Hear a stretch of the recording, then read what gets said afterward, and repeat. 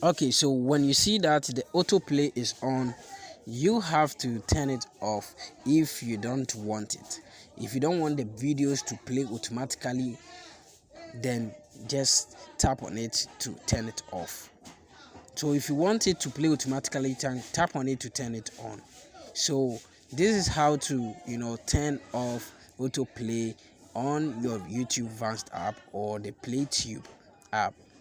So this is how it is. You turn it on, then you turn it off.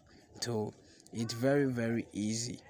So this is what I wanted to show you. So this is how to fix the autoplay section on PlayTube or YouTube Vanced app. So see you in my next video, and don't forget to subscribe, like, and also share this video to your friends on other social media platforms.